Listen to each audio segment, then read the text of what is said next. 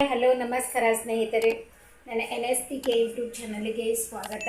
ಇವತ್ತಿಂದು video ಏನಪ್ಪ ಅಂತಂದರೆ, ನೋಡಿ ಬೆಳಗ್ಗೆ ಎದ್ದ ತಕ್ಷಣ ಫಸ್ಟ್ ಎಲ್ಲ ಮನೆ ಕೆಲಸವನ್ನು ಮಾಡಿಕೊಂಡು ನಮ್ಮ ಹುಡುಗರು ಇಬ್ಬರು ಸ್ಕೂಲಿಗೆ ಒಬ್ಬ ಡ್ಯೂಟಿಗೆ ಹೋಗೋ ಅಡುಗೆ ಮಾಡಿ ಕಟ್ಟಿ, ಆಮೇಲೆ ನನಗೆ ಟೈಮ್ ಸಿಕ್ತು ಒಂದು ಸ್ವಲ್ಪ ಮನೆ ಎಲ್ಲ ಕ್ಲೀನ್ ಮಾಡಿಕೊಂಡು ಮತ್ತು ಜಳಕ ಮಾಡಿ ಒಂದು ಕೊಡ ನೀರು ತಂದು, ಅಂದರೆ ಇವತ್ತು ವರಮಹಾಲಕ್ಷ್ಮಿ ಪೂಜೆ ಇತ್ತಲ್ವ, ಪೂಜೆಗೋಸ್ಕರವಾಗಿ ಅವ್ರಿಗೆ ಮೊದಲು ಅಡುಗೆ ಮಾಡಿ ಕಟ್ಟಿ ಆನಂತರ ನಾನು ಪೂಜೆ ವ್ಯವಸ್ಥೆ ಮಾಡ್ಕೊಳ್ಳೋ ಸಲುವಾಗಿ ಎಲ್ಲ ರೆಡಿಯಾಗಿ ಗ್ಯಾಸ್ ಒಲೆಯನ್ನು ತೊಳೆದೀನಿ.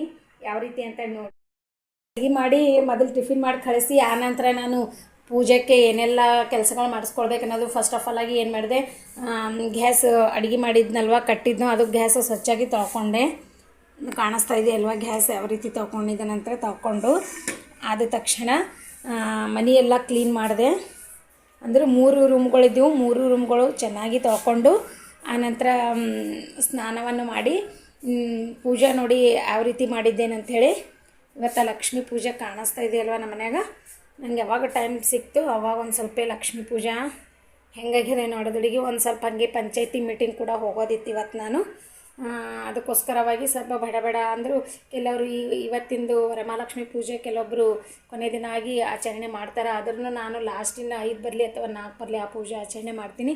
ಪೂಜೆ ಮಾಡಿದಾದ ತಕ್ಷಣ ನಾನು ಮತ್ತೇನು ಮಾಡಿದೆ, ಪಂಚಾಯತಿ ಮೀಟಿಂಗನ್ನು ಹೋಗೋದಿತ್ತಲ್ವ, ಮೀಟಿಂಗ್ ಕೂಡ ಹೋಗಿದ್ದೇನೆ.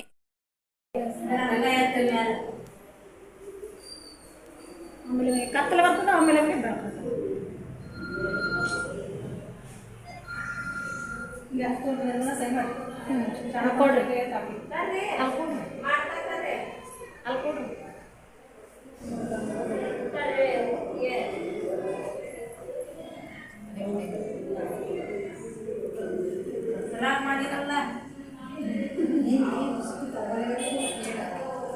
ಮಾಡಿರಲ್ಲ ಹಿಂಗೆ ಮಾಡಲ್ಲ.